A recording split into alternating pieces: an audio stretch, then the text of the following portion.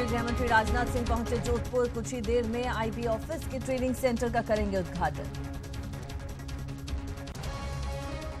दिवाली से पहले सीएम राजू ने दी एक और सौगात। अन्नपूर्णा रसोई योजना का किया विस्तार। 500 स्मार्ट वैन के जरिए परोसा जाएगा सस्ता खाना।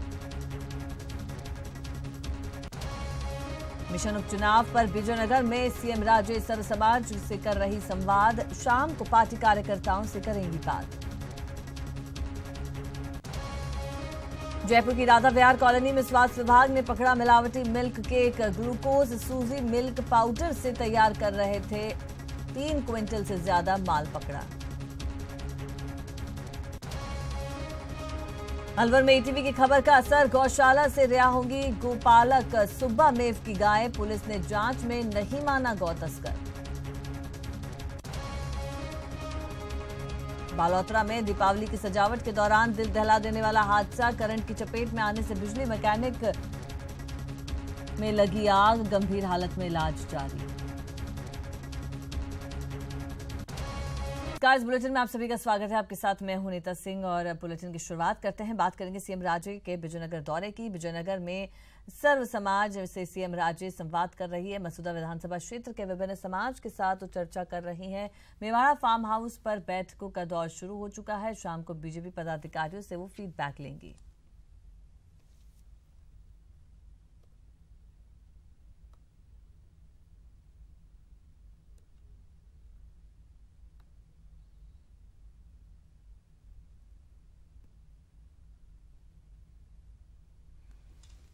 तो सीएम राजे विजयनगर दौरे पर हैं।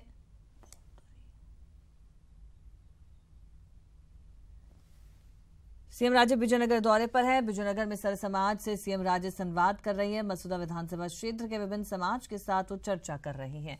और चलिए इस पर और ज्यादा बातचीत के लिए रुख करते हैं। हमारे संवाददाता सौरभ ग्रस्ते हमारे साथ जुड़ चुके हैं। जी सौरभ, क्या कुछ अभी फिलहाल चल रहा है?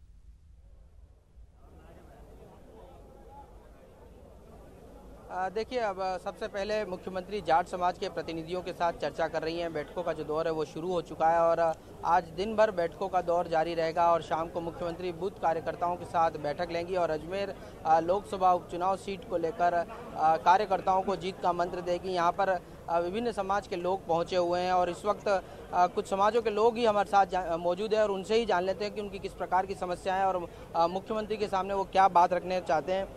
वैश्य समाज के विमल जी हमारे साथ हैं, उनसे जान लेते हैं। विमल जी, किस प्रकार से आप मुख्यमंत्री से मिलने आए हैं और क्या कुछ समस्याएं आप रखेंगे? मैं विजयनगर उद्योग संघ से अध्यक्ष हूं और जो 4 साल पहले सरकार सिरेमिक हब जो 97 में लेके आई थी, उसमें अभी तक किसी भी उद्यमी ने अपना उद्यम स्थापित करने में कोई रुचि अभी तक व्यक्त नहीं की है। इसलिए मैं मुख्यमंत्री से ये मांग करता हूँ कि इसे जनरल घोषित किया जाए ताकि 80 से 100 जो उद्यमी हैं हमारे विजयनगर और विजयनगर के आसपास के क्षेत्र के, वो अपना नए उद्यमी जितने भी हैं युवा उद्यमी, वो अपना उद्यम स्थापित कर सकें। और कुछ क्या बात रखना चाहेंगे आप लोग? बाकी तो जो सड़कें वगैरह टूटी वगैरह है वो सब मतलब व्यवस्थित ढंग से वो हो जाए, रिपेयरिंग वगैरह हो जाए। नई जहाँ नहीं बनने की आवश्यकता है वहाँ नहीं बन जाए और उद्यमियों में कुछ लाभान्वित करने के लिए कुछ योजनाएं सरकार द्वारा ऐसी लाई जाए ताकि उसमें उद्यमियों को लाभान्वित हो सके। वैश्य समाज उद्योगों को लेकर अपनी बात रखना चाहता है। राजपूत समाज क्या कुछ चाहता है? विश्वनाथ जी हमारे साथ हैं। विश्वनाथ जी, किस प्रकार की आप मांग रखना चाहेंगे सीएम के सामने? ऐसा है कि मैं स्त्री सेवा संस्थान मसूदा क्षेत्र का पिछले 20 साल से अध्यक्ष था। अभी मैं मौजूदा संरक्षक हूँ। राजपूत समाज का हमेशा वर्चस्व रहा। आज़ादी के बाद राव साहब मसूदा 25 साल तक लगातार MLA रहे, मिनिस्टर रहे और प्रधान हमेशा राजपूत रहा। हमारा मसूदा क्षेत्र राजपूतों का ही इशारे पर चलता है। जिसको हमने समर्थन दिया वही जीत के आया। कोकटा जी को बीजेपी में हमने जिताया। पिछले पलाड़ा साहब का यहाँ कोई वर्चस्व नहीं था, लेकिन राजपूत समाज ने साथ दिया और वो MLA बन के आए। और अब राजपूत समाज में थोड़ी सी भावना बढ़ी हुई है और थोड़ी नाराज़गी है इस बात की कि हर यहाँ विजयनगर में हर समाज का ज़मीन है छात्रावास के लिए और स्कूल के लिए। हमने छात्रावास के लिए 5 बीघा ज़मीन मांगी। ग्राम पंचायत बल ने NOC दे दिया, नगर पालिका विजयनगर ने NOC दे दिया। इसके बावजूद भी कुछ लोग पीछे पड़े हैं कि उसको बार बार डॉक्टर का देते हैं। और जमीन की बात आप सामने रखेंगे। इसके बाद राजपूत समाज यहाँ पर बड़ी संख्या में पहुंचा है और कुछ देर बाद वो अपनी बात मुख्यमंत्री के सामने रखेगा। कुछ और लोग हैं, उनसे जानना चाहें। जैन समाज से हैं आप, क्या कुछ बात मुख्यमंत्री को रखेंगे आप? मैं जैन समाज जो है महावीर इंटरनेशनल की ओर से राजकीय चिकित्सालय में सदस्य हूँ। मैं माननीय मुख्यमंत्री के आगमन पर राजकीय चिकित्सालय की समस्या से अवगत कराना चाहूँगा कि यह इस कस्बे में यह एक गरीबों के लिए एक महत्वपूर्ण चिकित्सालय है। यहाँ सर्जन, ऑर्थोपेडिक सर्जन, नेत्र सर्जन की पोस्ट होते हुए भी काफ़ी समय से वैकेंट पड़ी है। मेडिकल सोसाइटी ने यहाँ अच्छा ऑपरेशन थिएटर, वार्ड और इस पूरे राजस्थान का सबसे अच्छा चिकित्सालय बनाया है। इसका उपयोग नहीं हो रहा है। कुछ डॉक्टर यहाँ है तो भी पिछले कुछ दिनों में यहाँ के स्टाफ को प्रतिनियुक्ति पे अन्य जगह भेजने से वो डॉक्टर भी काम कर नहीं पा रहे हैं। हम माननीय मुख्यमंत्री को इस जनता की बेहद मांग से अवगत कराकर इस चिकित्सालय को 100 बेड कर और स्टाफ नियुक्त करना चाहेंगे। महावीर इंटरनेशनल बेबी किट जन्मते ही बच्चों को देता है। इससे बच्चे चिकित्सालय को लेकर आप बात रखेंगे तो कई तरह के समाज यहाँ पर पहुंचे हुए हैं और तमाम समाज अपनी अपनी बात मुख्यमंत्री के सामने रखेंगे। आज दिन भर ये बैठकों का दौर जारी रहेगा और शाम को मुख्यमंत्री जो है बूथ कार्यकर्ताओं के साथ बैठक लेगी। इस वक्त बड़ी संख्या में लोग यहाँ पर पहुंचे हुए हैं और अपनी बात रखने के लिए यहाँ पर आए हैं। कुछ और बात जान लेते हैं, कुछ और लोग हैं उनसे बात कर लेते हैं। आप किस समाज से आए हैं और क्या बात रखना चाहेंगे मुख्यमंत्री से? हम मुख्यमंत्री साहिबा को ये कहना चाहते हैं कि हमारे अजमेर जिले में 9 विधानसभा है। 9 विधानसभा में एक गुर्जर समाज को टिकट दिया जाए और गुर्जर समाज अभी बीजेपी में ज्वाइन कर रखी है, इसलिए गुर्जर समाज को एक बार टिकट दिया जाए, एक हमारा आरक्षण का जवाब दिया जाए। तो अनीता, जिस प्रकार से बैठकों का दौर है इस लिहाज से चुनाव है, चूँकि इसलिए जहाँ पर जो समाज के लोग पहुँचे हैं अपने लिए टिकट की भी मांग यहाँ पर कर रहे हैं। जाट समाज के भी बड़ी संख्या में लोग पहुँचे और उनके साथ बैठकों का जो दौर है वो लगातार जारी है। हालांकि मुख्यमंत्री का इन बैठकों में साफ निर्देश है कि जन समस्याओं को लेकर ही बात रखी जाए ताकि जन समस्याओं का निस्तारण किया जा सके। यहाँ पर तमाम अधिकारी भी मौजूद हैं और मुख्यमंत्री उन अधिकारियों को लोगों की समस्याओं के निस्तारण को लेकर निर्देश भी जारी कर रही हैं। जी बहुत शुक्रिया सौरभ आपका हमसे बातचीत करने के लिए। तो सीएम राजे विजयनगर दौरे पर है। विजयनगर में सर्व समाज में सीएम राजे संवाद कर रही है। मसूदा विधानसभा क्षेत्र के विभिन्न समाज के साथ वो चर्चा कर रहे हैं। मेवाड़ा फार्म हाउस में बैठकों का दौर लगातार जारी है।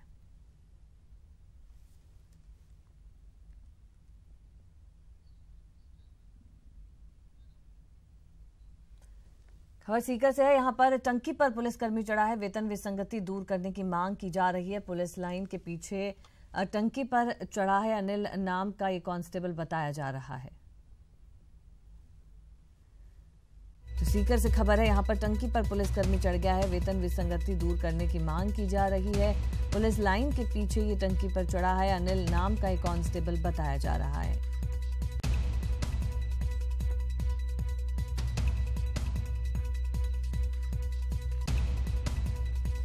सीकर से खबर मिल रही है। यहाँ पर टंकी पर चढ़ा है पुलिसकर्मी। वेतन विसंगति दूर करने की मांग की जा रही है।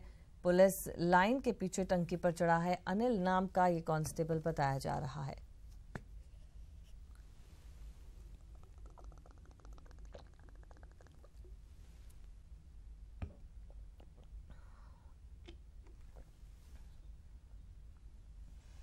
और चलिए इस पर और ज्यादा बातचीत के लिए रुक करते हैं। संवाददाता अशोक हमारे साथ जुड़ चुके हैं।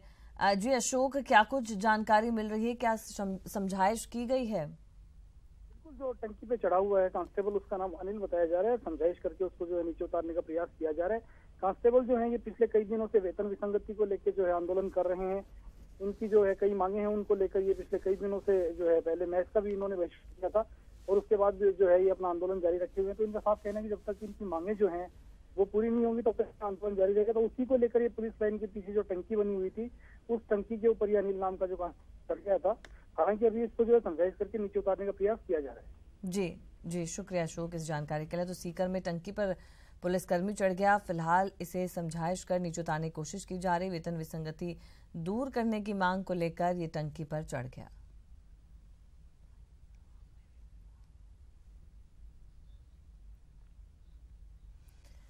बात अगली खबर की करते हैं। राजनाथ सिंह जोधपुर दौरे पर हैं। आईबी के क्षेत्रीय प्रशिक्षण केंद्र का उद्घाटन उन्होंने किया है। पश्चिमी क्षेत्र के क्षेत्रीय प्रशिक्षण केंद्र का उद्घाटन केंद्रीय राज्य मंत्री गजेंद्र सिंह शेखावत, पीपी चौधरी, मंत्री Surendra Goyal, JDA chairman professor Mahendra Singh Rathore, महापौर घनश्याम ओझा सहित पुलिस के अधिकारी मौजूद हैं। बदवासिया स्थित प्रशिक्षण केंद्र में ये कार्यक्रम चल रहा है।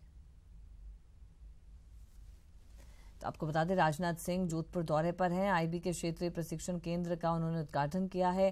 पश्चिमी क्षेत्र के क्षेत्रीय प्रशिक्षण केंद्र का उद्घाटन केंद्रीय राज्य मंत्री गजेंद्र सिंह शेखावत, पीपी चौधरी, मंत्री Surendra Goyal, JDA chairman professor Mahendra Singh Rathore, महापौर घनश्याम ओझा सहित पुलिस के आला अधिकारी यहां पर मौजूद हैं।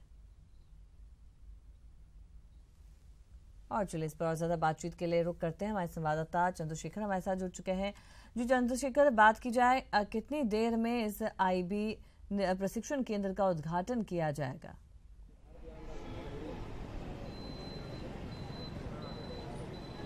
जी अनिता, मैं आपको बता देना चाहता हूं कि केंद्रीय गृह मंत्री राजनाथ सिंह ने जो है यहाँ पे जो आईबी के पश्चिमी क्षेत्र का क्षेत्रीय प्रशिक्षण शिविर का जो है उद्घाटन कर दिया है। उनके साथ जो एक बड़ा लवाजमा यहाँ पे आया था, तमाम बड़े राजनेता यहाँ पे मौजूद थे। इसके अलावा तमाम जो पुलिस के बड़े अधिकारी थे वो भी उनके साथ मौजूद है। और अभी थोड़ी देर में यहाँ से जब ये कार्यक्रम समाप्त हो जाएगा उसके बाद ये बीएसएफ की तरफ से जाएंगे और लगभग 2:15 बजे के तक एयरपोर्ट पहुँचेंगे और वहाँ से दिल्ली के लिए उनकी फ्लाइट जो है टेकअप करेगी। जी अनिता जी, अगर इस प्रशिक्षण केंद्र की बात करें चंद्रशेखर, क्या कुछ खास इस प्रशिक्षण केंद्र में, इस ट्रेनिंग सेंटर में रहेगा?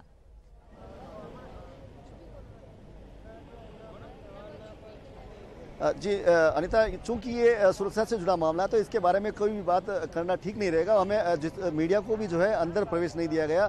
इसका कारण ये देश की सुरक्षा से जुड़ा मामला है, जिसके चलते अंदर किसी को जाने नहीं दिया और किसी भी तरह की जो सूचना है वो जो बाहर नहीं निकाली जा रही। जी अनिता जी, और चंद्रशेखर, राजनाथ सिंह यहाँ पर दौरे पर आए हैं, क्या कुछ उनका कहना था जब जोधपुर वो पहुंचे? आईबी प्रशिक्षण केंद्र का उन्होंने उद्घाटन किया, किस तरह से वो देखते हैं ये जो प्रशिक्षण केंद्र यहाँ पर खोला गया है?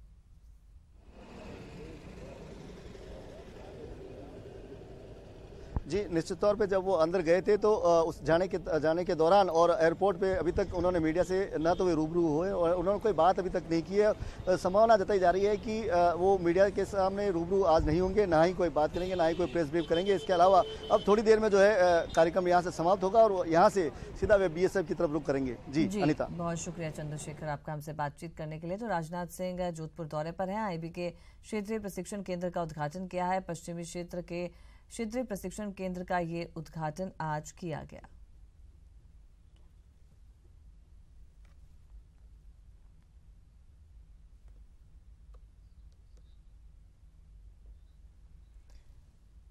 सीएम राज्य ने अजमेर में अन्नपूर्णा रसोई योजना का विस्तार किया। मुख्यमंत्री ने विजय लक्ष्मी पार्क से स्मार्ट वैन्स को हरी झंडी दिखाकर रवाना किया और इसके साथ ही अब राज्य के सभी नगरीय क्षेत्रों में अन्नपूर्णा रसोई योजना का विस्तार होगा। प्रदेश भर में लोगों को 5 रुपए में नाश्ता और 8 रुपए में भोजन मिलेगा।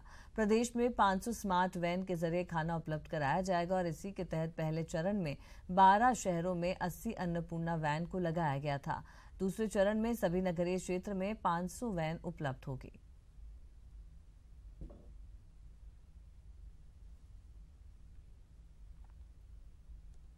नाश्ता कर रहे हो तो नाश्ते के लिए इतना पैसा है, अगर लंच और डिनर कर रहे हो तो उसके लिए इतना पैसा है, और अगर आप पूरा हफ्ता कर रहे हो तो आपको इतना पैसा, अगर 15 दिन कर रहे हो तो इतना पैसा, 1 महीना कर रहे हो तो इतना पैसा, वो सब उसके अंदर आ जाएगा और वो उसके ऊपर डिस्प्ले आ जाएगा बोर्ड के अंदर।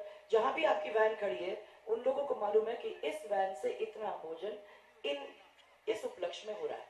कर्मचारी हैं, कामकाजी महिलाएं हैं, बुजुर्ग लोग हैं जिनको घर में प्रॉब्लम होती है, असहाय जरूरतमंद व्यक्ति जो हैं उनको ऐसी जगह पे भोजन करने दीजिए। जो जिनके पास सब कुछ है, हाँ एक दफा ट्राई कर लो, क्योंकि वो तो करोगे, एक दफा ट्राई कर लो, फिर उसके बाद ऐसी जगह में उसको पार्क करो जहाँ गरीब से गरीब आदमी और जो मेहनत करता है, पसीना निकालता है, ऐसे व्यक्ति को कभी इधर उधर भटकने की जरूरत नहीं होगी। बाद आपका स्वागत है। जयपुर के राधा विहार कॉलोनी के एक मकान पर स्वास्थ्य विभाग ने छापामार कार्रवाई करते हुए 3 क्विंटल मिलावटी मिल्क केक जब्त किया है। सीएमएचओ प्रथम डॉक्टर नरोत्तम शर्मा के नेतृत्व में ये कार्रवाई की गई। बताया जा रहा है कि लिक्विड ग्लूकोज, सूजी, पामोलिन ऑयल और मिल्क पाउडर से मिल्क केक बनाया जा रहा था।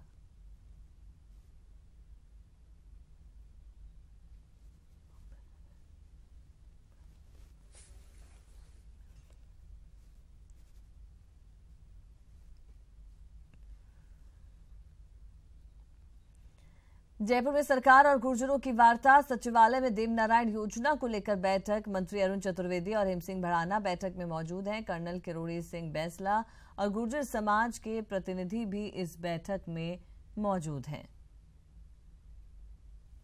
आपको बता दें कि जयपुर में सरकार और गुर्जरों के बीच वार्ता सचिवालय में हो रही है। देवनारायण योजना को लेकर ये बैठक है। मंत्री अरुण चतुर्वेदी और हेमसिंह भड़ाना बैठक में मौजूद है। साथ ही कर्नल किरोड़ी सिंह बैंसला और गुर्जर समाज के प्रतिनिधि भी इस बैठक में पहुंचे हैं।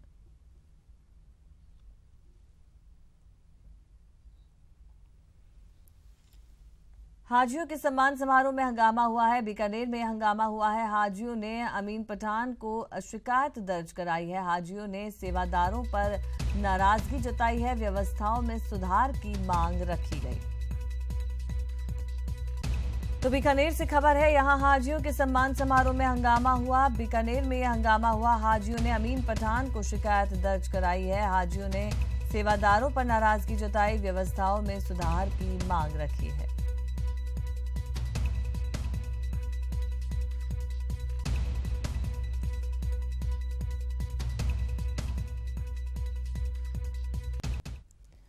जयपुर के किसान भवन में खाद्य मंत्री बाबूलाल वर्मा ने समीक्षा बैठक की। 12 मुद्दों पर चर्चा की गई। उसमें राशन वितरण में पारदर्शिता मुख्य एजेंडा रहा। मंत्री की गाइडलाइन का असर मीटिंग में देखने को मिला। सभी अधिकारी बैठक में मौजूद रहे। बता दें कि करीब 3 महीने बाद ये बैठक हुई है।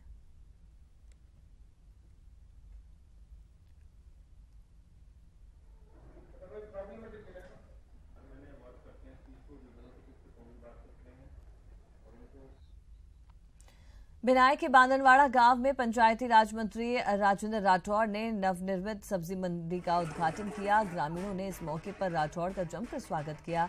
दरअसल सड़कों पर खड़े ठेका चालकों की वजह से आए दिन सड़क हादसे होते रहते थे, जिसकी वजह से 2 लोगों की मौत हो चुकी है। और इन्हीं सब शिकायतों के चलते उपखंड अधिकारी राजेंद्र शेखावत ने सब्जी मंडी मैदान तैयार करवाया और लगे हाथों राजेंद्र राठौड़ से इसका उद्घाटन भी करवा दिया।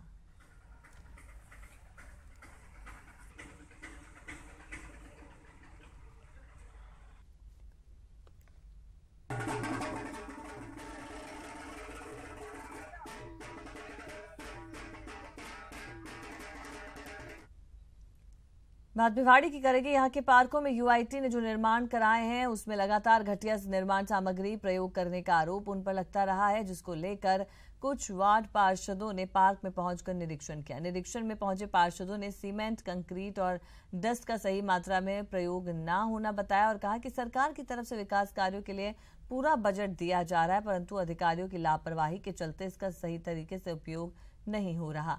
वहीं पार्षदों का कहना है कि पार्कों के दुरुस्तीकरण के लिए 14 लाख का बजट दिया गया है, लेकिन जिस प्रकार से कार्य किया जा रहा है उससे कहीं भी नहीं लगता कि इसका सही तरह से प्रयोग हो रहा है।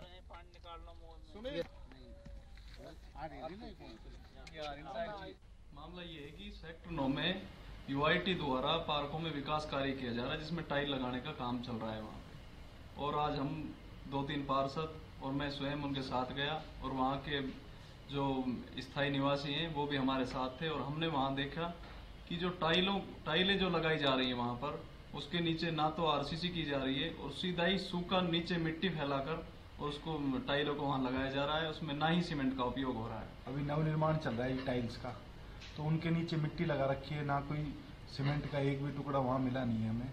तो ये यूआईटी की बहुत बड़ी खामी है।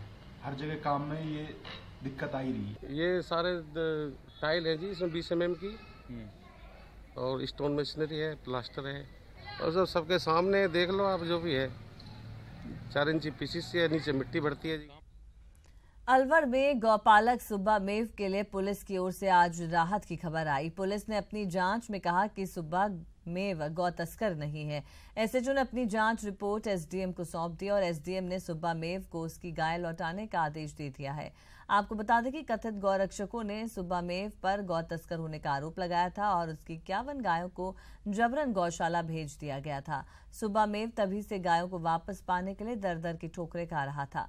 ईटीवी ने कल प्रमुखता से सुब्बा मेव की खबर प्रसारित की थी और इस मुद्दे को प्रमुखता से उठाया था।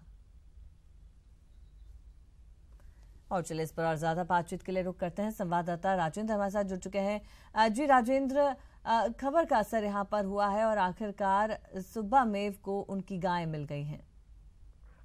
जी, अभी गाय मिल देने के ऑर्डर जारी किए गए हैं, लेकिन अभी भी सुब्बा मेव ने खुद ने गाय लेने से इनकार कर दिया। उसका प्रशासन से कहना है कि एक गाय जिसकी मौत हो चुकी है गौशाला में, उसके जिम्मेदार कौन है और आखिरकार इस तरीके की जो वारदात जो की है, जबरन उसकी गायों को ले जाया गया पुलिस की मौजूदगी में, तो दोषियों के खिलाफ कोई कार्रवाई अभी तक नहीं हुआ है, न कोई दोषी तय किया गया है। तो कहीं न कहीं सुब्बा मेव का और मेव समाज के लोगों का कहना है कि पुलिस और प्रशासन के अधिकारियों को ये तय किया जाए कि कौन इस मामले में दोषी है, उनके खिलाफ कार्रवाई की जाए, जिससे भविष्य में किसी भी मुस्लिम जो गौपालक है वो सुरक्षित अपने आप को महसूस करें। अन्यथा इस तरीके की पूर्व में कई जो घटनाएं हुई है, उससे इस तरीके से जो मुस्लिम गौपालक हैं वो भयभीत रहेंगे। जी राजेंद्र, यहाँ पर क्या सुब्बा मेव की तरफ से भी कोई कंप्लेन नहीं दर्ज कराई गई थी? पुलिस ने क्या कुछ कार्रवाई की? क्योंकि जिन गौरक्षकों के नाम पर जिन लोगों ने गायों को यहाँ से गौशाला भेजा था, क्या उनके खिलाफ कोई एक्शन हुआ अभी तक? जी, पुलिस में शिकायत दर्ज कराने के लिए कई बार चक्कर लगाई थी, लेकिन थाने में किसी तरीके की शिकायत दर्ज नहीं हुई। आखिरकार 3 तारीख की ये घटना हुई। 6 तारीख को सुब्बा मेव के द्वारा और ग्रामीणों के द्वारा एसडीएम को लिखित में शिकायत की गई थी। उसके बाद एसडीएम के द्वारा एसएचओ को जांच करने के आदेश जारी कर दिए थे, लेकिन कोई जांच इस मामले में नहीं की गई थी। लेकिन जब ईटीवी के द्वारा ये मामला उठाया गया, उसके बाद रविवार का कल दिन होने के बावजूद भी पूरे दिन भर सरकारी प्रक्रिया मशीनरी चलती रही और 24 घंटे के अंदर ईटीवी के द्वारा ये मामला उठाने के 24 घंटे के अंदर ही पूरी जांच पूरी करके पुलिस ने रिपोर्ट सौंप दी और एसडीएम ने भी रविवार का अवकाश होने के बावजूद ऑफिस खोल करके और पूरे आदेश जारी किए हैं कि जो गौतस्कर नहीं है सुब्बा और उसकी गाय रिलीज की जाए। तो कहीं न कहीं सरकारी जो मशीनरी है, वो सरकारी जो ढांचा है, वो लचर प्रक्रिया इसमें देखने को मिली है। 11-12 दिन उन जो बछड़े, छोटे बछड़े जो दूध मुहे होते हैं, उनको अपनी माँ का इंतजार करना पड़ रहा है। अभी भी वो अपनी माँ के इंतजार में है। जी, वाकई में बेहद गंभीर मसला है ये राजेंद्र, क्योंकि किसी की रोजी रोटी इस तरह से छीन लेना और उसके बाद जो आरोपी हैं, जो दोषी हैं, अब वो खुलेआम इस तरह से घूम रहे हैं। बहुत शुक्रिया आपका हमसे बातचीत करने के लिए। तो यहाँ पर वाकई में कहा जाएगा कि पुलिस द्वारा भी कार्रवाई ठीक ढंग से नहीं की गई। हालांकि अभी सुब्बा मेव ने अपनी गाय लेने से इनकार कर दिया और दोषियों के खिलाफ कार्रवाई की मांग की है।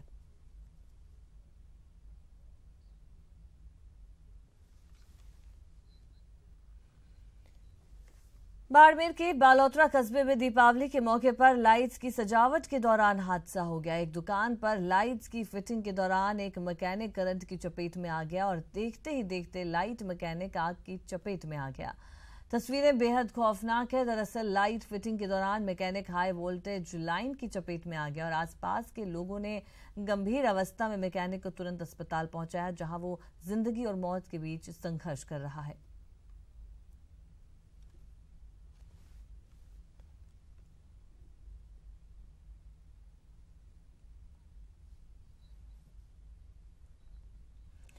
खबर टोंक से है। यहाँ पर बीजवाड़ गांव में बीती रात एक बड़ा हादसा होते होते टल गया। गांव की बस्ती के बीचों बीच एक चलती वैन में अचानक आग लग गई।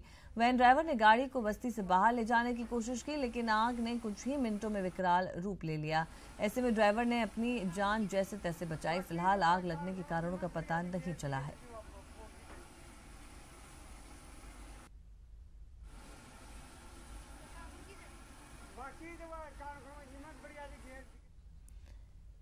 खबर श्रीगंगानगर के राय सिंह नगर से है। बॉर्डर पर पकड़े गए युवक का मामला है। बीएसएफ ने समेजा थाने में मामला दर्ज करवाया है। युवक पर तस्करों को गाइड करने का आरोप है। 40,000 की नकदी सहित बॉर्डर पर इस युवक को पकड़ा गया था। भारत पाक बॉर्डर की पृथ्वीसर चेकपोस्ट पर यह कार्रवाई हुई। युवक चरणजीत से जेआईसी पूछताछ हो चुकी है।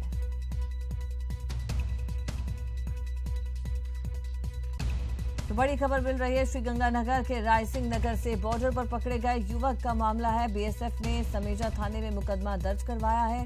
युवक पर तस्करों को गाइड करने का आरोप है। 40,000 की नकदी सहित बॉर्डर पर इस युवक को पकड़ा गया था। भारत पाक बॉर्डर की पृथ्वीसर चेक पोस्ट पर यह कार्रवाई हुई। युवक चरणजीत से पूछताछ की जा रही है।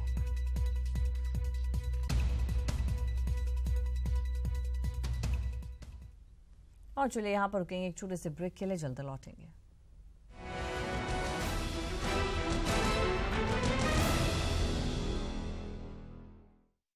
ब्रेक के बाद आप सभी का स्वागत है। खबर अलवर से। यहां पर खनन माफियाओं के हौसले बुलंद हैं। नौकरी गांव में खनन माफियाओं ने वन विभाग की टीम पर हमला कर दिया। दरअसल वन विभाग की टीम को सूचना मिली थी कि अवैध तरीके से खनन माफिया ट्रैक्टर में पत्थर भरकर ले जा रहे हैं, जिस पर वन विभाग की टीम मौके पर पहुंची और ट्रैक्टर को जब्त किया। लेकिन वहां मौजूद ग्रामीणों ने विरोध करते हुए जब्त ट्रैक्टर को छीन लिया। साथ ही सरकारी गाड़ी को भी क्षतिग्रस्त कर दिया। फिलहाल वन विभाग के अधिकारियों ने सरकारी संपत्ति को नुकसान पहुंचाने का मामला दर्ज कराया है।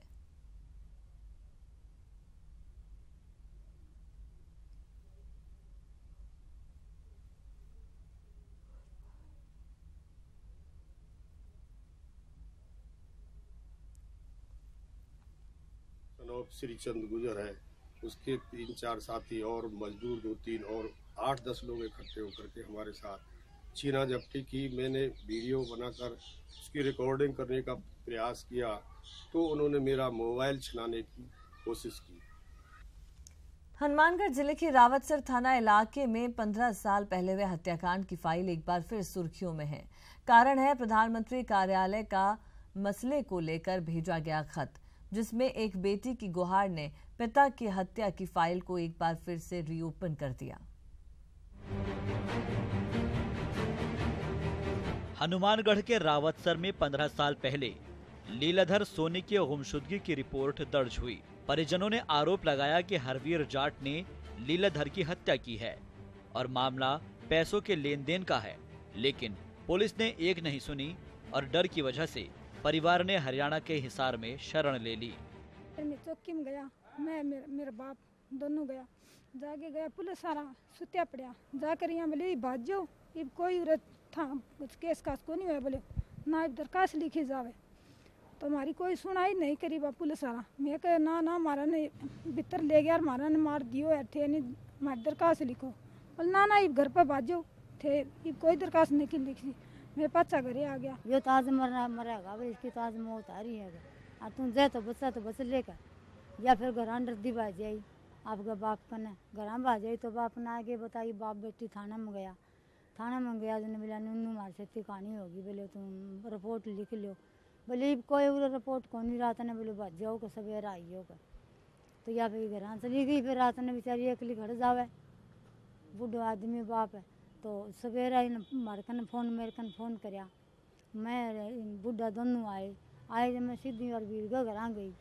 मैं भाई मेरे बेटो बता दे खड़ा है। तो राम जी से बैठे आगे जो ने बोले कहे उरो कोई बेटा को नहीं, बोले के बिगाड़ेगी जा, बोले बिगाड़ा तो बिगाड़ लिया, मन तो मार दिया, बोले और कि मैं करा जाना हुआ कर लिएगा जब आज का। 15 साल से इंसाफ की जद्दोजहद कर रहे एक परिवार को पीएमओ के खत से नई आस जगी है। एक बेटी की गुहार का खत जब पीएमओ को मिला तो प्रधानमंत्री कार्यालय से खत का जवाब एसपी हिसार को भेजा गया, जिसमें तुरंत प्रभाव से कार्रवाई का आदेश दिया गया। चूंकि मामला राजस्थान से जुड़ा है, लिहाजा पत्र की एक कॉपी डीजीपी राजस्थान के पास भी पहुंच सकती है। मैं आशा करती हूँ कि मुझे न्याय मिलेगा। हम उस टाइम बहुत बच्चे थे और अब हमें धमकियाँ मिलती है कि हमें खतरा है अभी भी उससे कि वो हमें मार सकता है, कुछ भी कर सकता है वो हमारे साथ। हमें बहुत डर लगता है उससे। अब तो मैं आशा करती हूँ कि मोदी हमारे लिए सब कुछ है, उन पे ही सब कुछ छोड़ चुकी हूँ मैं उनको ही भगवान मानती हूँ। जी आया, क्या आया? मैंने जो लेटर लिखा था वो चौकी में आया। बहरहाल लीलाधर सोनी हत्याकांड पर पीएमओ की निगाह और वहां से आए पत्र से दोनों ही राज्यों की पुलिस में खलबली है। हरियाणा से ये पत्र जल्द ही राजस्थान पहुंचेगा तो उम्मीद की जा सकती है कि 15 साल से भटक रहे इस परिवार को न्याय मिल पाएगा। 15 साल बाद ही सही एक बेटी के खत पर प्रधानमंत्री नरेंद्र मोदी की मोहर लगी है, जिसके चलते न्याय की उम्मीद जगी है। अब देखना ये होगा कि प्रधानमंत्री के इस खत के बाद पुलिस कितनी सक्रिय होती है या फिर यूं ही केस फाइलों में घूमता रहेगा। कैमरामैन मान सिंह के साथ Bhanwar Pushpendra, ETV news, Jaipur. Rajasthan police में आरएसी के जवानों की हालत को लेकर ईटीवी राजस्थान एक बड़ा खुलासा करने जा रहा है। मामला जयपुर की 13वीं बटालियन के कमांडेंट रघुवीर सैनी के निर्माणाधीन मकान से जुड़ा है, जहां पर आरएसी के जवानों से काम कराया जा रहा है। कमांडेंट रघुवीर सैनी 14 जवानों से 10 से 12 घंटे काम करवाता है।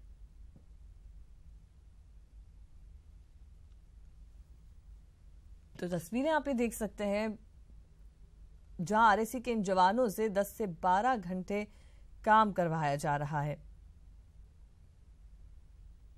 राजस्थान पुलिस में आरएसी जवानों की ये हालत है जो ये तस्वीरें बयां कर रही हैं। यहां पर ये निर्माणाधीन मकान है जो कि कमांडेंट रघुवीर सैनी का है और कमांडेंट रघुवीर सैनी 14 जवानों से 10 से 12 घंटे यहां पर काम करवाते हैं।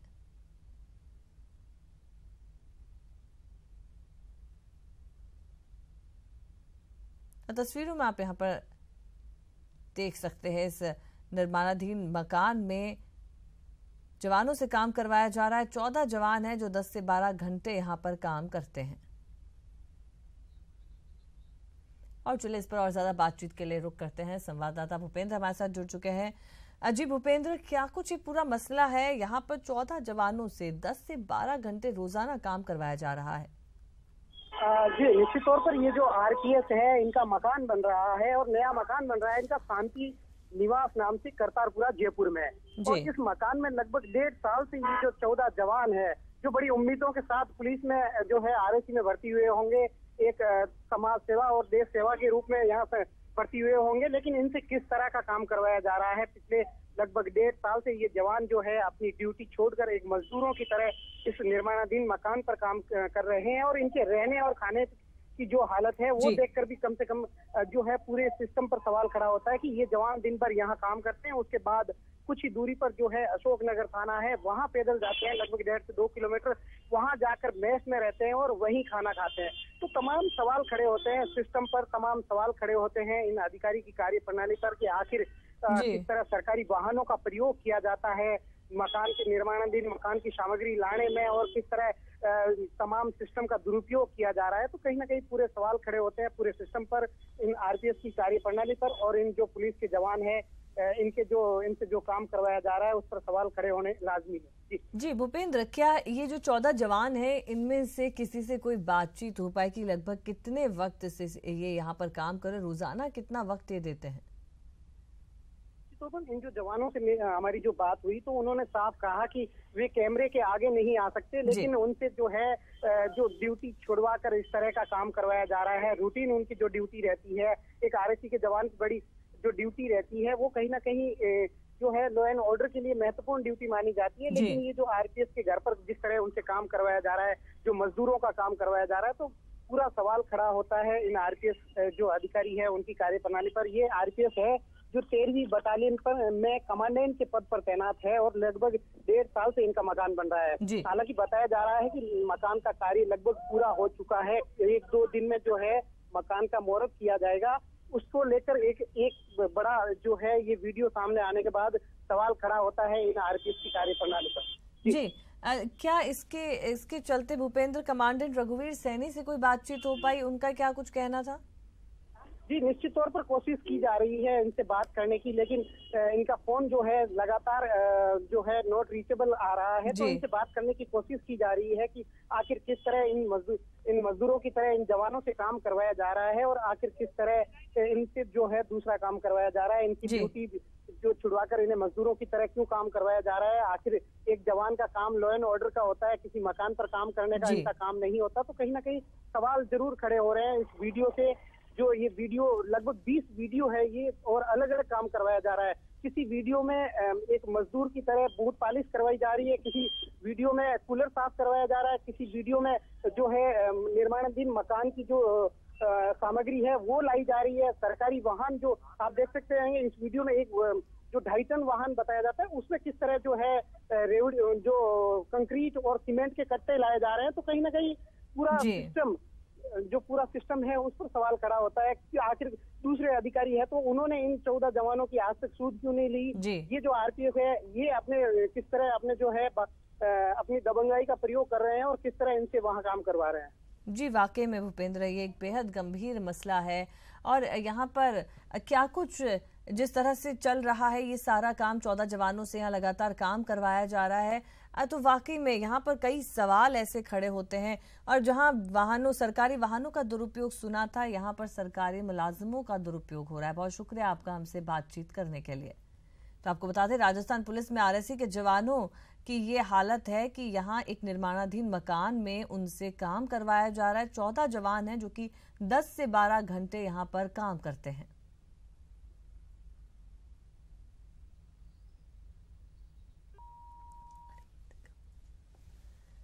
तो राजस्थान पुलिस में आरएसी के जवानों की हालत को लेकर ईटीवी राजस्थान ने आप तक ये तस्वीरें पहुंचाई है। ये मामला है जयपुर में 13वीं बटालियन के कमांडेंट रघुवीर सैनी के निर्माणाधीन मकान से जुड़ा। और चलिए खुद कमांडेंट रघुवीर सैनी हमारे साथ जुड़ चुके हैं, बात हम उनसे करेंगे। जी कमांडेंट, आप इस पर क्या कुछ कहेंगे?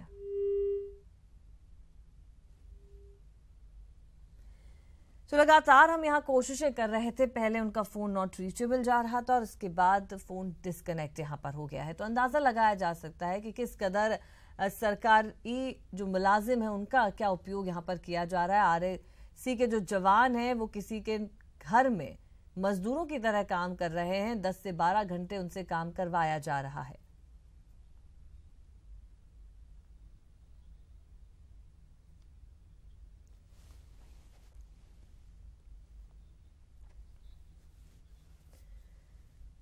और चलिए बढ़ते हैं अगली खबर की ओर। 10 फीट लंबा अजगर पकड़ा है। बूंदी के नठावा गांव की घटना है। घर में यह अजगर घुस गया था। लोगों ने अजगर को रस्सी से बांध दिया। अजगर के मरने की सूचना है। वन विभाग को मामले की जानकारी नहीं है।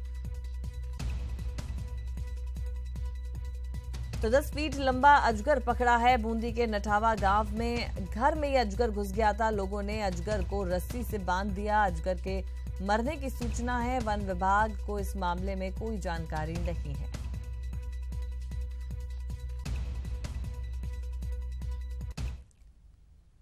खबर चित्तौड़गढ़ से है। यहां पर पुलिस ने 2 अलग अलग जगह कार्रवाई करते हुए भारी मात्रा में अवैध डोडा चूरा बरामद किया है। पहली कार्रवाई के दौरान तस्करों ने फायरिंग कर दी, जिसमें एक कांस्टेबल गंभीर रूप से घायल हो गया, लेकिन पुलिस ने 2 तस्करों को भी हिरासत में लिया। दूसरी ओर कल्याणपुरा गांव के पास एक कार चालक ने वृद्ध को टक्कर मार दी, जिससे वृद्ध की मौत हो गई। जिसकी सूचना पर कोतवाली पुलिस ने कार का पीछा कर उसे पकड़ लिया, जिसमें भी डोडा चूरा बरामद करते हुए 2 आरोपियों को हिरासत में लिया है। 12 बजे के लगभग हम छोटी सादरी रोड पर नाकाबंदी कर रहे थे, तो एक बलेरो पिकअप आई। उसने हमारी गाड़ी को टक्कर मारी और हमने जब पकड़ने का प्रयास किया तो 2 मुलजिम थे, उन्होंने पुलिस पे फायर किया।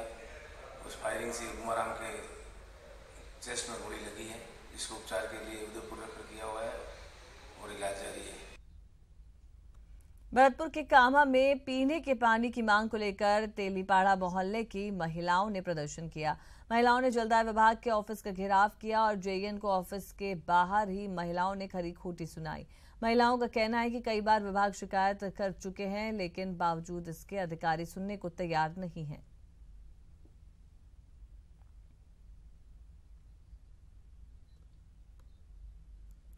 खबर 12 से है। यहां पर आज सड़क पर आई गाय को बचाने के चक्कर में कार बेकाबू होकर पलट गई। देवरी के पास हुए हादसे में एक 2 साल के बच्चे समेत 6 लोग घायल हो गए, जिन्हें इलाज के लिए शाहबाद अस्पताल में भर्ती करवाया गया। कार सवार ये लोग कोटा से जौनपुर जा रहे थे।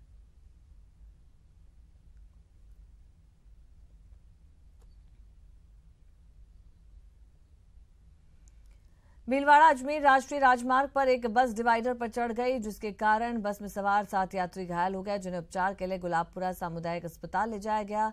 यहां से 4 की हालत गंभीर होने पर भीलवाड़ा के महात्मा गांधी अस्पताल में भर्ती करवाया गया। घटना की वजह ड्राइवर को झपकी आ जाना बताया जा रहा है। फिलहाल गुलाबपुरा थाना पुलिस हादसे के कारणों की जांच कर रही है।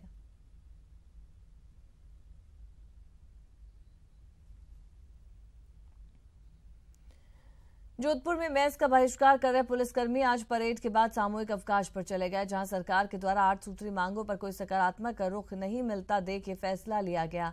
आपको बता दें कि पिछले 7 दिनों से पुलिसकर्मी अपने हाथ पर काली पट्टी बांधकर काम कर रहे हैं और वेतन कटौती का विरोध कर रहे हैं।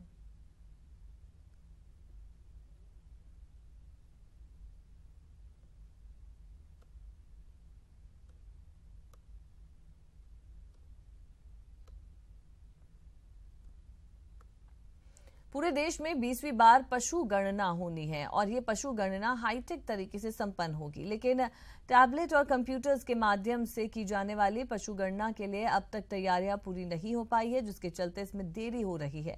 आपको बता दें कि पशु गणना का सारा डेटा ऑनलाइन दर्ज होगा और पशुओं की गणना के साथ ही इस बार उनका ब्रीड आइडेंटिफिकेशन भी होगा। अगर बात करें राजस्थान की, तो प्रदेश में पशु गणना करने के लिए 8000 टैबलेट खरीदने की प्रक्रिया शुरू कर दी गई है।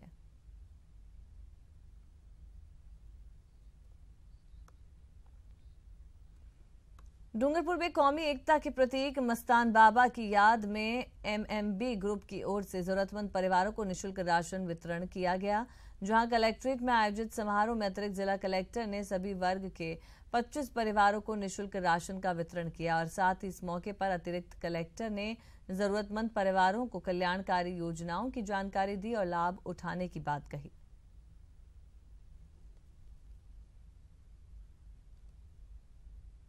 और ब्रेक के बाद आपका स्वागत है। सीएम राज्य अजमेर दौरे पर हैं। सीएम राज्य ने अन्नपूर्णा रसोई वैन का शुभारंभ किया। खुद अन्नपूर्णा रसोई वैन का भोजन चक्कर उन्होंने शुभारंभ किया। प्रदेश के सभी नगरीय क्षेत्रों में शुरू हुई योजना 500 अन्नपूर्णा वैन सभी शहरों में सस्ता भोजन देंगी। सीएम राज्य ने सभी प्रदेशवासियों को दीपावली की शुभकामनाएं भी दी।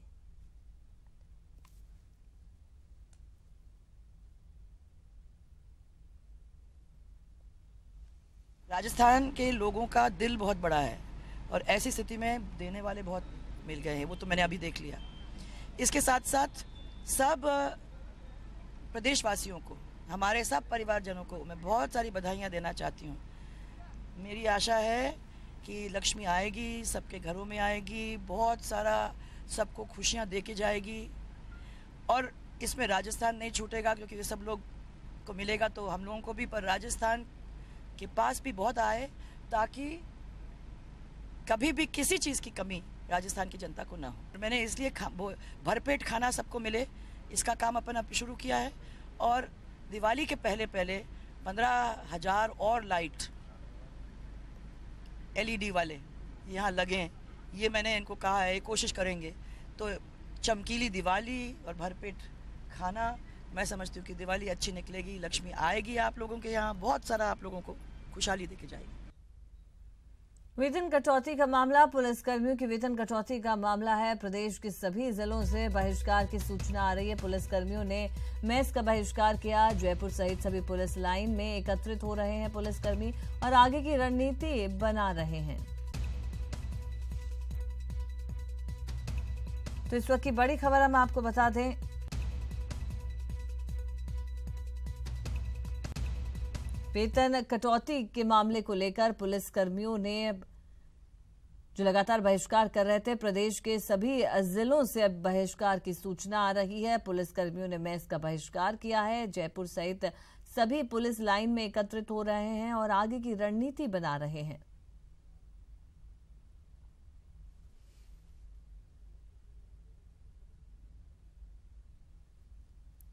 तो पुलिसकर्मियों की वेतन कटौती का यह मसला है। प्रदेश के सभी जिलों से बहिष्कार की सूचना आ रही है। पुलिसकर्मियों ने मेस का बहिष्कार किया है।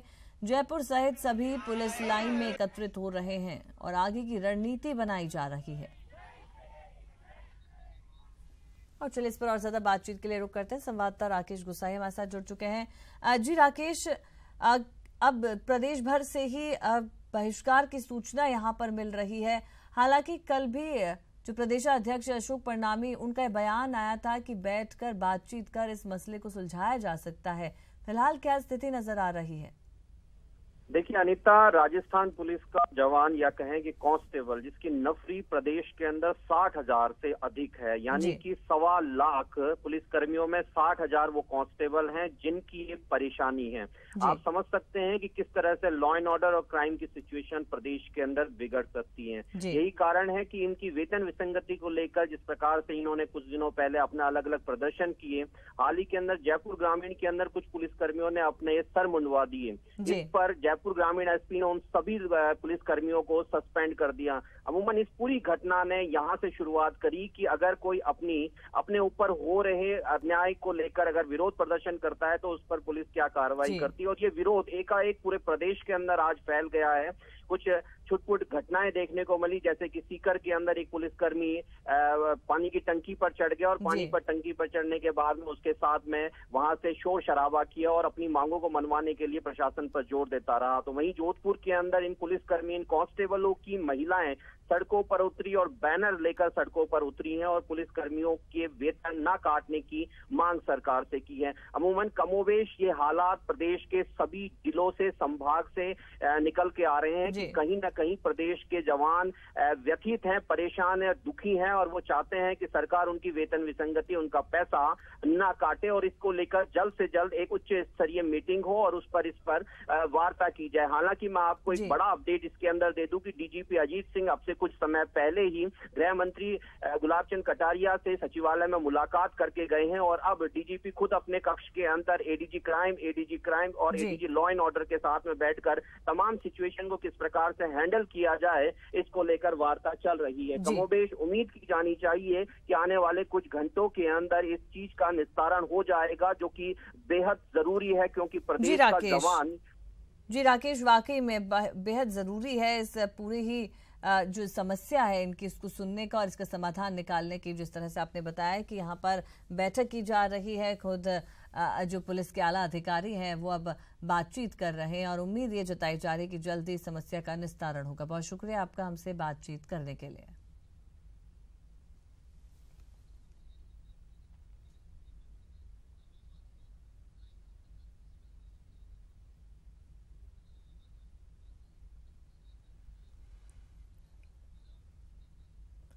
तो खबर जयपुर से है। दीपावली का तोहफा, सरकार अनुकंपा नियुक्ति का तोहफा दे रही है। 160 लोगों को अनुकंपा नियुक्ति मिलेगी। जयपुर नगर निगम में समारोह का आयोजन किया जा रहा है और चलिए इस पर बातचीत के लिए सीधा रुख करते हैं। संवाददाता लवली वधवा हमारे साथ जुड़े हैं। जी लवली, बात की जाए, आज बड़ा तोहफा दिया जा रहा है, जयपुर नगर निगम में समारोह का आयोजन किया जा रहा है, क्या कुछ और जानकारी? देखिए, बिल्कुल साफ तौर पर कहा जा सकता है 160 से ज़्यादा जो अनुकंपा नियुक्तियां सालों से कही जा सकती है कि पेंडिंग चल रही थी नगर निगम जयपुर के अंदर, उन नगर निगम जयपुर की तमाम जो अनुकंपा नियुक्ति थी उन पर राज्य सरकार के द्वारा फैसला लिया गया और फैसला लेने के बाद में आज दीपावली से कुछ दिन पहले का वक्त जो है वो बाकी रह चुका है, कुछ घंटे पहले का वक्त बाकी रह चुका है, तब ये नियुक्ति का समारोह यहाँ पर आयोजित किया जा रहा है। यूडीएच मंत्री श्रीचंद कृपलानी खुद इस कार्यक्रम के अंदर पहुंच रहे हैं और तमाम जो लोग होंगे, जो अनुकंपा नियुक्ति पाने वाले लोग होंगे, उनसे मुलाकात करेंगे, उन्हें शपथ भी दिलाई जाएगी अपने काम को लेकर के। कार्यक्रम की तैयारियों की दिशा हम आपको दिखा देते हैं। कार्यक्रम किस तरफ अभी बढ़ता हुआ नजर आ रहा है। कार्यक्रम में जो है अतिथियों का इंतजार यहाँ पर किया जा रहा है। अनुकंपा नियुक्ति पाने वाले जो लाभार्थी हैं वो यहाँ पर पहुंच चुके हैं बड़ी तादाद में। 160 से ज्यादा जो अनुकंपा नियुक्ति पाने वाले जो कर्मचारी वो यहाँ पर पहुंचने वाले हैं। 124 से ज्यादा जो केवल सफाई कर्मचारी परिवार से जुड़े हुए जो अनुकंपा नियुक्ति पाने वाले लोग हैं, क्योंकि सफाई कर्मचारियों की जो ड्यूटी के दौरान जो मौत हो जाती है, जो उस समय के दौरान जिस तरह की घटनाएं होती है, उसके बाद में सरकार की ओर आवेदन करना होता है तो परिवार के एक सदस्य को यहाँ पर नियुक्ति दी जाती है। आप देख सकते हैं तस्वीरों के अंदर जो है नगर निगम का जो पंडाल है वो भर चुका है। इंतजार किया जा रहा है अतिथियों का। जो भारतीय जनता पार्टी के प्रदेश अध्यक्ष अशोक परनामी वो भी इस कार्यक्रम के अंदर पहुंचेंगे और जो यूडीएच मंत्री हैं श्रीचंद कृपलानी वो भी इस कार्यक्रम के अंदर पहुंचेंगे। मेयर अशोक लाहौटी जो है उस पूरे कार्यक्रम की तैयारियों को यहाँ पर अंजाम दे रहे। तमाम जो पार्षद हैं नगर निगम के वो भी यहाँ पर पहुंचते हुए नजर आ रहे हैं और पूरे कार्यक्रम के लिए कहा जाए तो कहीं ना कहीं ये कहा जा सकता है कि ये कार्यक्रम जो है अब परवान पर चढ़ेगा कुछ देर बाद और उसके बाद में ये कहा जा सकता है कि 160 से ज्यादा जो लोग जो इंतजार कर रहे थे लंबे समय से अपनी नौकरियों का, क्योंकि सालों से वो लोग चप्पल घिस रहे थे, नगर निगम के बार बार चक्कर काट रहे थे। कांग्रेस ने भी इसी अपना एजेंडा बनाया था, कई बार विरोध प्रदर्शन किए, ज्ञापन का दौर पड़ा। जी जी लवली, वाकई में ये एक बड़ा तोहफा दिया जा रहा है, दीपावली का तोहफा। सरकार अनुकंपा नियुक्तियां दे रही है, 160 लोगों को आज अनुकंपा नियुक्ति मिलेगी और इंतजार किया जा रहा है इस समारोह के शुरू होने का। आप नजर बनाए रखें, हम आपका रुख दोबारा करेंगे। फिलहाल के लिए आपका शुक्रिया। चलिए बढ़ते हैं अगली खबर की ओर। राजनाथ सिंह का जोधपुर दौरा, आईबी के क्षेत्रीय प्रशिक्षण केंद्र का उन्होंने उद्घाटन किया। पश्चिमी क्षेत्र के क्षेत्रीय प्रशिक्षण केंद्र का उद्घाटन केंद्रीय गृह मंत्री राजनाथ सिंह कार्यक्रम स्थल से अब रवाना हो चुके हैं।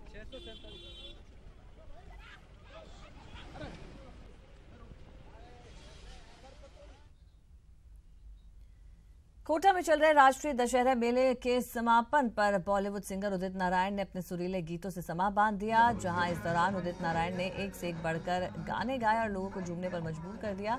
साथ ही उदित नारायण ने कोटा नगर निगम की ओर से मेले को लेकर की गई व्यवस्थाओं की भी तारीफ की।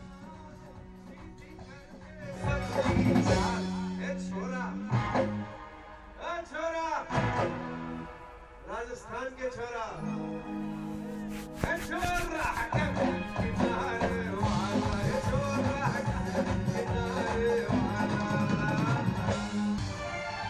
कोटा के इस दशहरे मेले के 124वां साल पूरे होने की खुशी में मैं सबको बधाई देता हूं और मुझे दूसरी बार आप सब लोगों ने बुलाया, मैं आप लोगों का शुक्रगुजार हूं। इसी तरह चलता रहे ये सिलसिला और मजा लेते रहें।